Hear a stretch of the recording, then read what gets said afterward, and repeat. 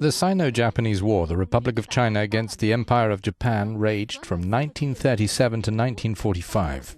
Prevailing estimates of the total number of Chinese dead are at least 20 million, 15 million wounded. The calculation of Japanese losses is below one-tenth of that. The greatest Asian armed conflict in the 20th century saw a largely traditional China fight the modern forces of Japan alone for 4 years until World War II extended into the Pacific.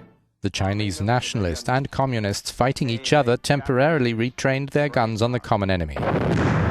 The Second World War total death toll was 60 million people, 1/3 of them in Asia, 95 million refugees in China. Among the atrocities, the Imperial Army of Japan, after seizing hard-won control of the nationalist capital Nanjing, tortured and murdered some 1/3 of a million, mostly civilians and captured troops.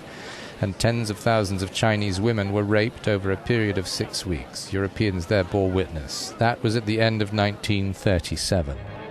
With the Japanese surprise attack on the United States naval base Pearl Harbor in Hawaii on December 7, 1941, the Americans declared war on Japan. More Allied support started going towards China. Japan's fronts multiplied, victories were replaced by defeats, and Japanese war crimes also multiplied.